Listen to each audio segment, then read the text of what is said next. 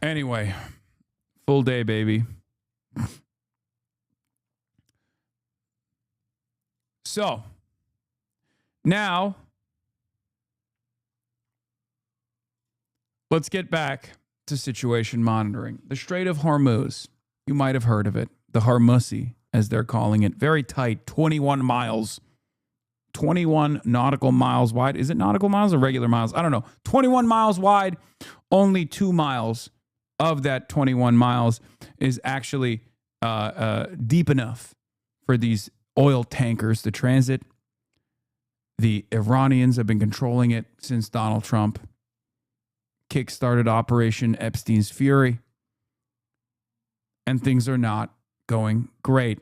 In half an hour, I will be talking to Jeffrey Sachs about where we are, about America's power projection capabilities diminishing in the world as the Iranians have fought back. We'll talk about the inconsistencies that are taking.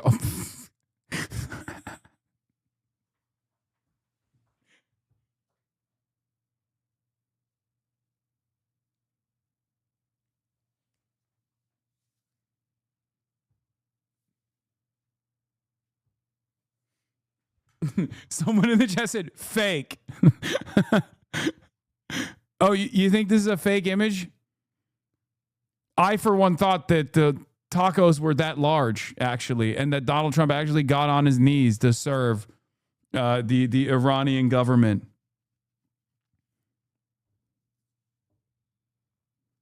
I didn't.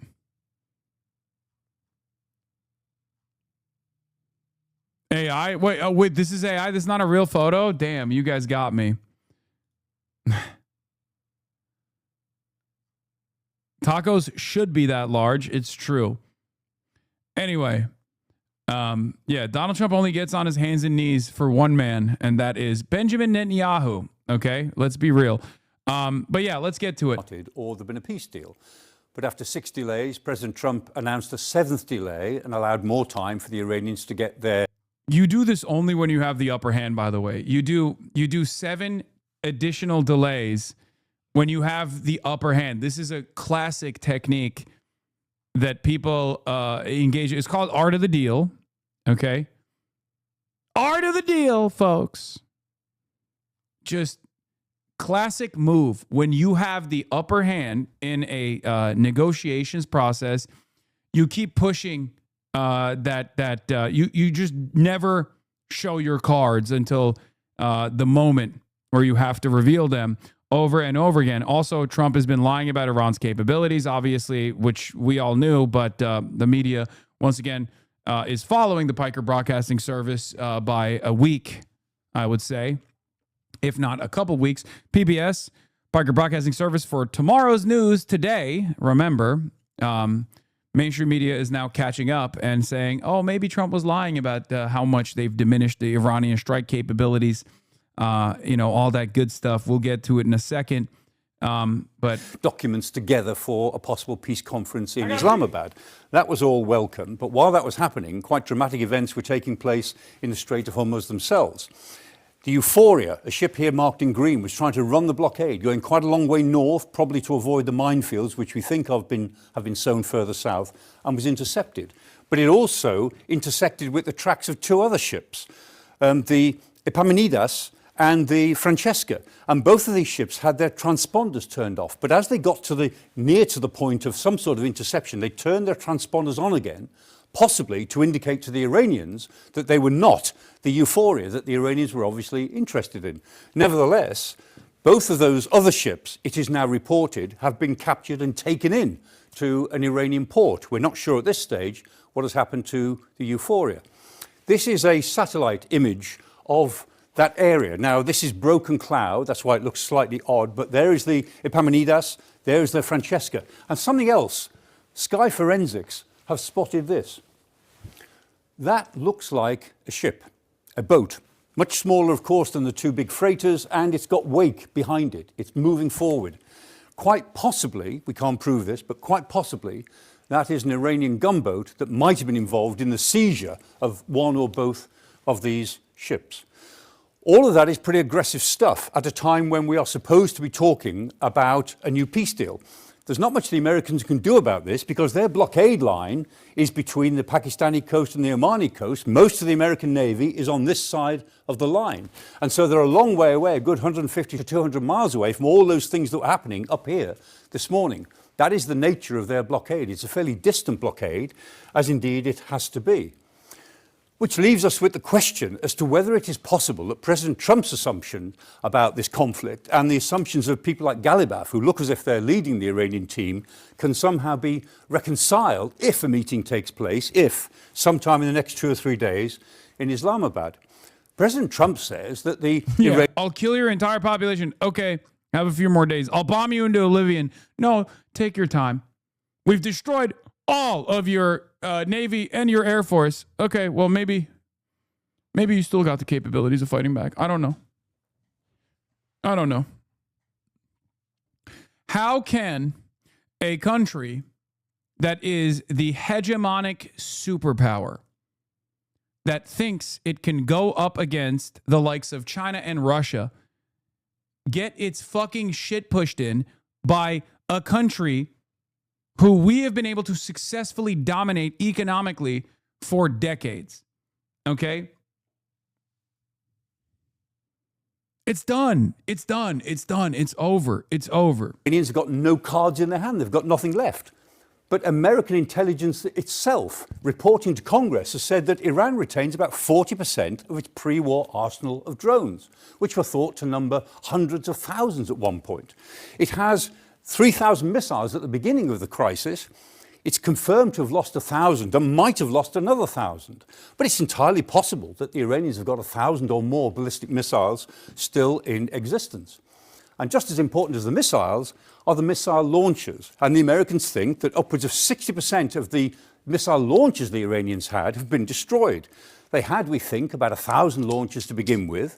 They may have lost 500 or 600 of them, but it looks as if they've got at least another 100 back into commission, one way or another.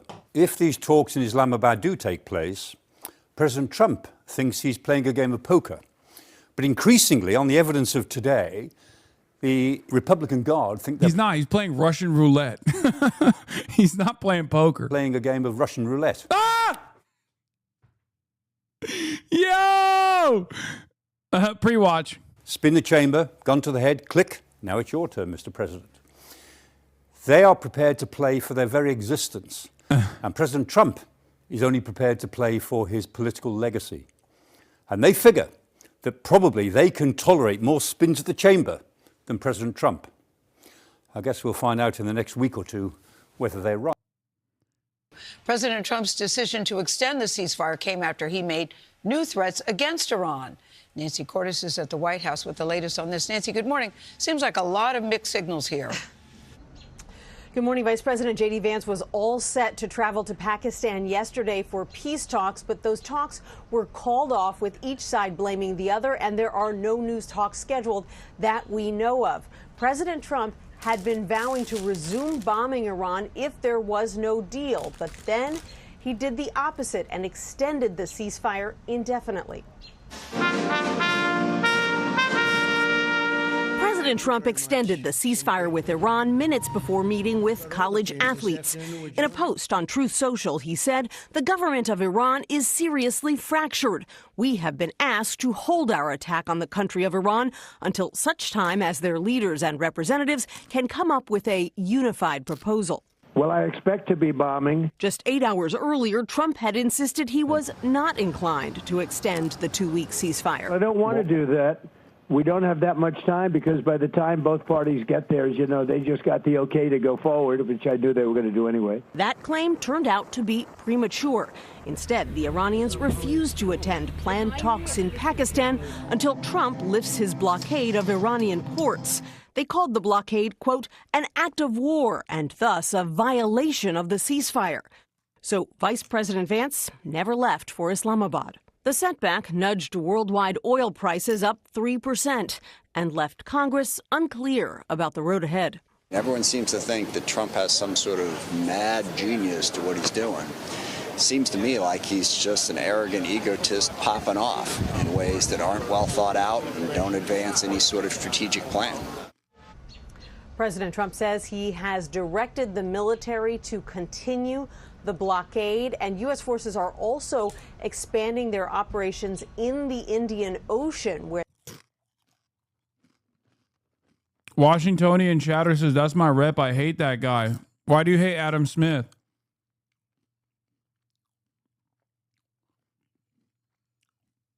The godfather of neoclassical economics. Wealth of nations, invisible hand. they seized a sanctioned tanker suspected of smuggling Iranian oil yesterday. They also escorted another vessel off of India's western coast. All right, Nancy, thank you. Iran's Revolutionary Guard Corps has seized 2 cargo ships after attacking vessels in the Strait of Hormuz. Tasnim news agency says the Navy has seized the Epaminondas and the MSC Francesca off the Iranian coast near Siddiq. Iran accuses the vessels of operating without authorization and manipulating navigation systems. These vessels have been transferred to the territorial waters of the Islamic Republic of Iran for inspection of their cargo. I don't get it. I thought they were, I thought Donald Trump had sunk their Navy. This doesn't make any sense.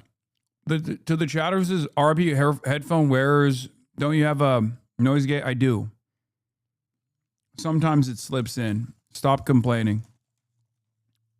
Cargo and documents. The IRGC Navy once again emphasized that any action aimed at disrupting the implementation of the laws announced by the Islamic Republic of Iran regarding transit in the Strait of Hormuz, as well as activities contrary to safe passage in this strategic waterway, will be continuously monitored by the IRGC Navy, and violators will face decisive and lawful action.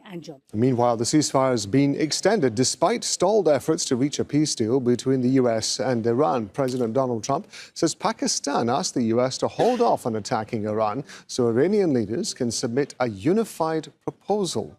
Now, Iran's ambassador to the UN says talks will resume as soon as the U.S. blockade on Iranian ports ends. But Washington has said the naval blockade in the Strait of Hormuz will continue until a peace deal is done. Now, we've got correspondents at the White House, in Islamabad, in Dubai, and in Tehran. We're going to start with Ali Hashim in the Iranian capital. So, Ali, the ceasefire is extended, but Iran seizes 2 ships. What are the messages coming from Iran? Well, the ceasefire is one thing for the Iranians, and the blockade is another.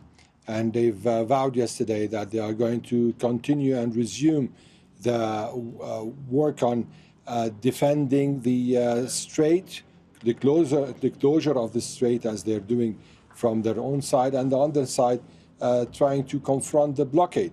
And given the fact that today's incident took place, it's clear that this is part of the new status quo in the seas surrounding the Gulf and the Arab region, tit for tat. That will, of course, I mean, this is coming just after days from the United States seizing of an Iranian ship. So now we're seeing the Iranians seizing another 2 ships. So this is going to continue as far as the blockade is there, and as far as the Strait of Hormuz is closed also. Ali, thanks a lot. We're going to bring in Mike Hanna at the White House. So Donald Trump, Mike, saying that the U.S. is going to still blockade the Strait of Hormuz. It's now waiting for Iran to come back with what's been described as a unified response. What are you hearing from the White House?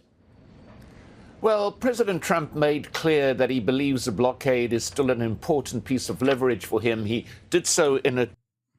Plopped right behind me. See last message if possible. But as a CA girly, I'm very curious about your thoughts on the race, given that the Hogs are in the lead right now. I'll give you my thoughts later. Truth Social statement in the course of yesterday evening. He says Iran doesn't want the Strait of Hormuz closed. They want it open so they can make $500 million a day. he wrote. They only say they want it closed because I have it totally blockaded. So they merely want to save face. Now, a few days ago, President Trump was saying that the Strait of Hormuz doesn't matter because the U.S. doesn't rely on it for oil. However, now it's obviously a central part of his policy and a central part of attempting to show that the U.S. has not backed down in terms of extending this particular ceasefire. There's something that is very important for President Trump to continue to appear to show strength in the face of what is amounting to Iranian defiance of his wishes to get the talks going again. Also a problem for the Trump administration, several sources are saying, is the fact that they're not quite clear who they are talking with in Iran, who are the decision makers. The main negotiator was assassinated by the Israelis, Ali Larijani. The supreme leader, the former one, was assassinated in the early part of the war. Now the U.S. government appears to be left with the Islamic Republican Guard Corps to negotiate with, notoriously hardline, and the previous leaders who have been killed were in fact guardrails against the complete power of the ICRG. Okay, let's go back to Ali Hashem, who's still in Tehran for us, of course. So Donald Trump had previously said that the U.S. was negotiating with people that he described as reasonable, but we understand now he's saying it's because part of the problem is that Iran's leadership is fractured. Do we have any indication who is providing the responses to the U.S. right now? Well, you know, when you're in Tehran, the view is different, especially when you are watching how the system is working in Tehran. It's completely different from what is being said. I mean, the issue is that there is a system, there is a leadership, there are institutions, there is a foreign ministry. These are all part of the decision-making cycle in Iran. And nothing has changed when it comes to how things work in this. There's a workflow. Now, the killing of the Supreme Leader, the killing of the Supreme National Security Council Secretary, other people who are in charge, wasn't left without being replaced. So there's no vacuum. And when there's no vacuum, the workflow continues as it used to be. However, there's something, yes, different now in Iran, is that the team surrounding the Supreme Leader is very harmonized. Actually, it's his own team for the past 15 years. And now, after they've worked in the shadows for all that time, now they are in charge. So we see Mohammad Baqir Dhul-Qadr being the Supreme National Security Council. There's a lot of talk about the Iranian side being in a state of disarray, that the moderates like Abbas Araghchi, like the foreign minister, even Ghalibaf as well, who is now, I feel like, securing the lane that Larijani occupied, the more pragmatic guy who can like hold the forces together, both the IRGC and the hardliners, and also the more moderate reformist sides. The idea that like the IRGC is actually the only party that's in control, and that there is like some kind of significant inconsistency between them. I don't think that's true. I think the idea that there's a fracture in the leadership and that there is a serious disagreement taking place, I think is overstated. And not only is it overstated, but I think it's being really egged on by the Israeli side. That's a big part of the reason why. That's a big part of the reason why I think it's bullshit, because it's mostly coming from the Israeli side, and it's being leaned into by the Americans as well, because they're very desperate to secure a W here to make it seem like they're in control when they very clearly are not in control. You can tell, like I said, from what's going on the ground, right? The Strait of Hormuz is still closed. The Iranian Navy is still, retrieving assets from the area, potentially even mining the strait. We don't know. So Americans are just trying to make it seem like there's some sort of inconsistency, right? Shrita Parsi also went on CNN. Let's take a look at what he had to say. That they are, quote, well, he would beg to differ with you on the Iranian leadership. He seems to genuinely believe that they are, quote, seriously fractured. So what is your assessment of how the US might next sort of deliver on some sort of solution here? How do they cope with this leadership? Well, I have to be very frank. We've seen absolutely no evidence that the fractures that clearly do exist inside of the Iranian government, as much as they do exist inside of the Trump White House when it comes to negotiating tactic, has risen to the level that that is the obstacle to actually getting a deal. I think far clearer obstacles are that Trump is still asking for unachievable objectives in terms of what he's demanding of the Iranian side. There's also a fear on the American side, knowing very well that if they're going to get a deal, they're going to have to lift sanctions in a massive manner. And that will bring about a major fight between the White House and the Israeli government. The Israelis have opposed every deal that the United States has contemplated with Iran that has entailed sanctions relief. And they've fought tooth and nail to sabotage those talks. And even when they have been achieved, they have fought to undo them, which they succeeded with getting Trump to walk out of the JCPOA. So there's some real challenges that Trump will have to face if he agrees to a deal.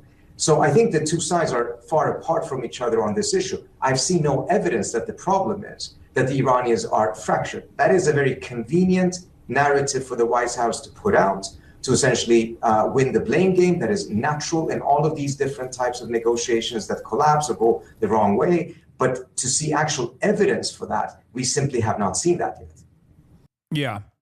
It's when you hear a narrative that's unbelievably convenient, you should really question whether or not it's true at all.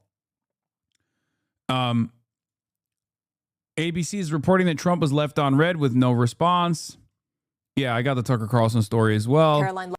White House says there's no deadline for the ceasefire. Sources tell ABC said in final hours before the latest ceasefire deadline, Iran wasn't responding. Multiple officials said because of fractures in leadership, that the Iranian side was actually not responding. That's convenient. That's a convenient way to make it seem like, oh, they're not actually showing their leverage here. They're not actually flexing. They must be having a tussle internally. There's like internal conflict. They are divided.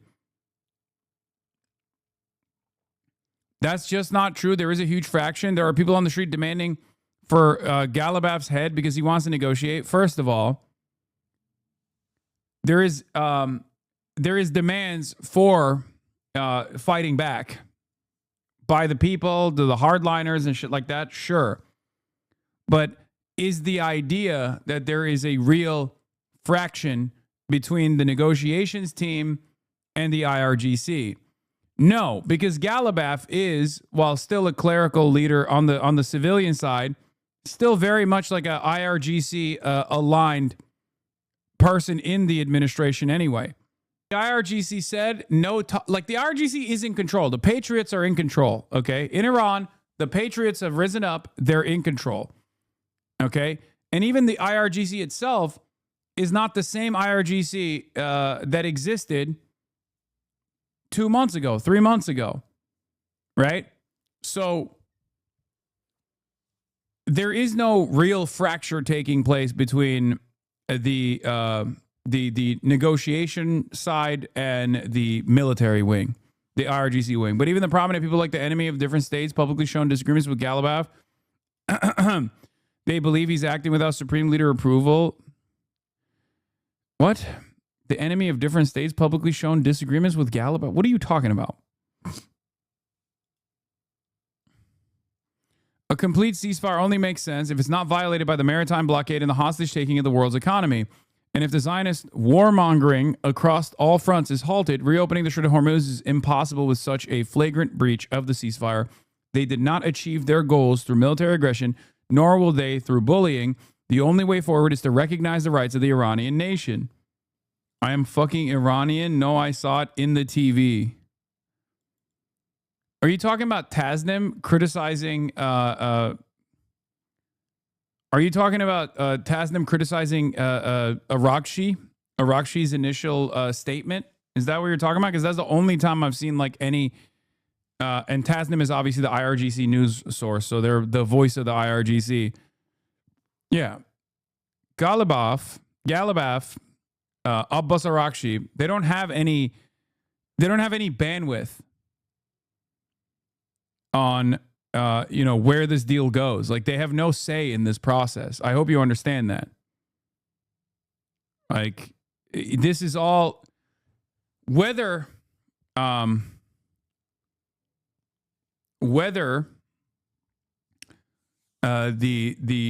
current supreme leader is Mojtaba Khamenei is alive or not, or in a condition to make decisions or not, doesn't really matter right now, because the guys who are pulling the trigger are the ones in charge. Okay? That is who that is the group that has been able to secure this leverage. That is the group that has been able to achieve results for the first time in multiple decades. You would be an idiot not to recognize that. It's clear that previous ways of dealing through negotiations and through diplomacy with the West has been an abject failure. And I assume the assessment from the Iranian side, I can't read their minds, is that it was naivete. But you also see that with the way that they're dealing with these negotiations. They're not so invested in going back to the ceasefire negotiations table, even though it is beneficial for them to do a comprehensive and a full-blown ceasefire with the Americans and the Israelis. But the very fact that they are even showing their lack of interest, like not even flying out to Islamabad, is a huge step. And also the fact that the fissures reporting is coming from Barak Unit 8200 Ravid means that I'm inclined to believe the opposite. BBC World on the supposed fractions. I don't think it's fractured. It's true. We have hardliners and we have moderates, but who are the people who are making the decisions that matter? I think it's more consensus at this point, obviously stamped and authorized by the Supreme Leader, who incidentally we haven't seen, but we definitely do know that he's alive. I think what Donald Trump is saying, the narrative that himself and some Western media outlets are pushing, is that there seems to be a fracture or even warring factions, some exaggerated language that I think is a... Yeah, no, they're doing... Dude, I'm telling you, this is 100% Western media trying to secure like a upper hand here by saying, oh, the reason why they're not...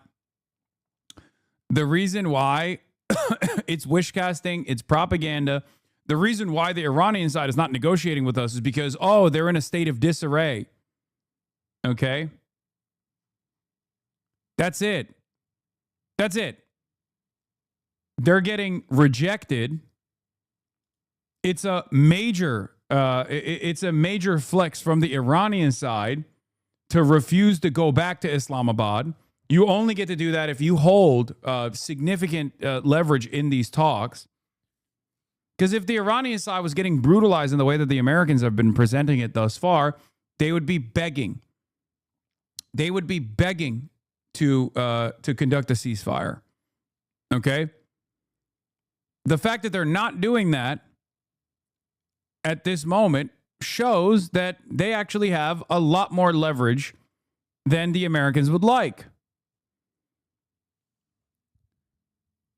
So the Western media or the American State Department has to figure out a way to massage the narrative that like Iran is not coming back to the ceasefire negotiations for reasons not born out of reality, like the fact that they have the upper hand, but an instability that's taking place within the leadership. I don't really understand what the other side of the warring faction could be. The moderates are all either dead, in jail, or have no real power. All the remaining civilian, clerical, and military leaders with any position of power, except Pezeshkian, who is sidelined, is an IRGC-aligned hardliner. There are no moderates for them to be feuding with. Exactly.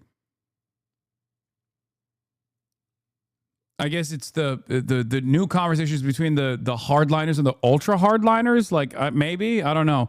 People who really love the IRGC even harder than the others. Why is Jeffrey Sachs late? He's not. What the fuck are you talking about? He's coming up at 2. Why? Where are you getting this from? In 6 minutes, I will be talking to Jeffrey Sachs about the situation. This reading of the way Iranian politics is working at the moment, and I think also some Iranian opposition outlets are also pushing this narrative, hoping that a fracture might emerge somehow that could weaken the regime. But to me, even if the Revolutionary Guards calls the shots, it's based on a consensus within the body called the High National Security Council. So Mohammad Baqir Ghalibaf, who has now emerged as one of the senior leaders in Iran, his official post is Speaker of Parliament. He went to Islamabad to engage in the first round of talks. Another Sean Connery lookalike. With the Americans. He has become really the spokesperson of Iran. He himself used to be a member of the Revolutionary Guards. I don't think he would be in disagreement with the Revolutionary Guards. He's a pragmatist, and even if there is a disagreement, just like in the United States where you had J.D. Vance, who is known to be against the war, at the end of the day, they would support the decision that the majority of people within that council make. So when Donald Trump says that we're waiting for a unified response for Iran, it gives the impression that Iranians are confused and they're putting out different proposals. Whereas if you look at the Iranian position, it's been fairly consistent from the beginning. Bro, they literally put out 10 points and we're like, these are our points. Take it or fucking leave it. And they haven't budged at all. The only time we've heard that they're like budging is when the American side speaks over the Iranian side. So what leads you to believe that the Iranian side has any inconsistencies or any fissures whatsoever? It was like week 2 when the Iranians were like, here's what we want. Okay, here's what we want. If you take it or fucking leave it. Where did you hear that? What do you mean, where did I hear that? I've been seeing it with my own 2 eyes. The Iranian side released their 10-point plan for the negotiations, or what their 10 demands are, basically on week 2. It's not like it's impossible to hear their perspective. They sometimes even go on Western news to say it.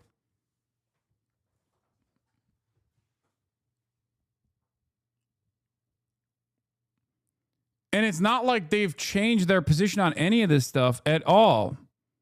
As a matter of fact, there have been moments where Israel has tried to sully the deal, because there is a part of the deal, part of the 10 points, that also causes or forces America to restrain Israel, right? And Israel is supposed to be this separate party here, this sovereign state. And Israel has unironically chosen to destroy the one aspect of the ceasefire that is America restraining Israel by blowing up Lebanon. And after the initial 10-minute bombing campaign that killed 300 plus civilians in southern Lebanon, Donald Trump forced Israel's hand into restraint.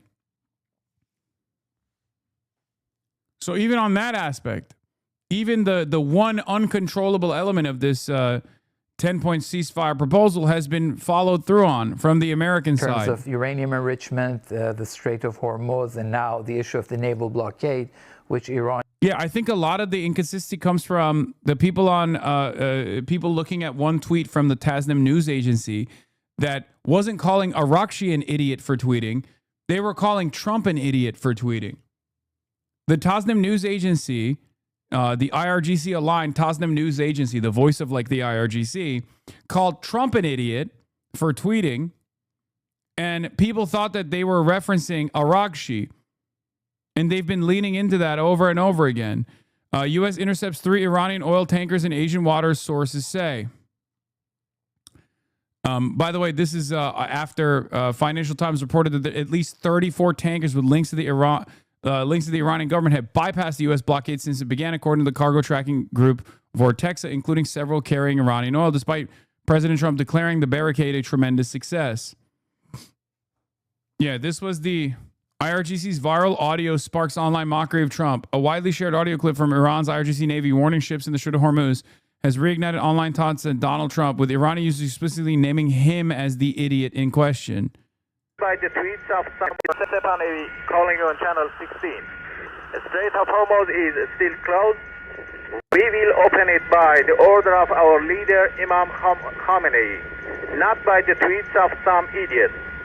If you want to pass through the Strait... Yeah, when this first came out, people were like, oh, they're like, the IRGC Navy is like talking shit about Abbas Araghchi, the foreign minister. No, they were talking about Donald Trump.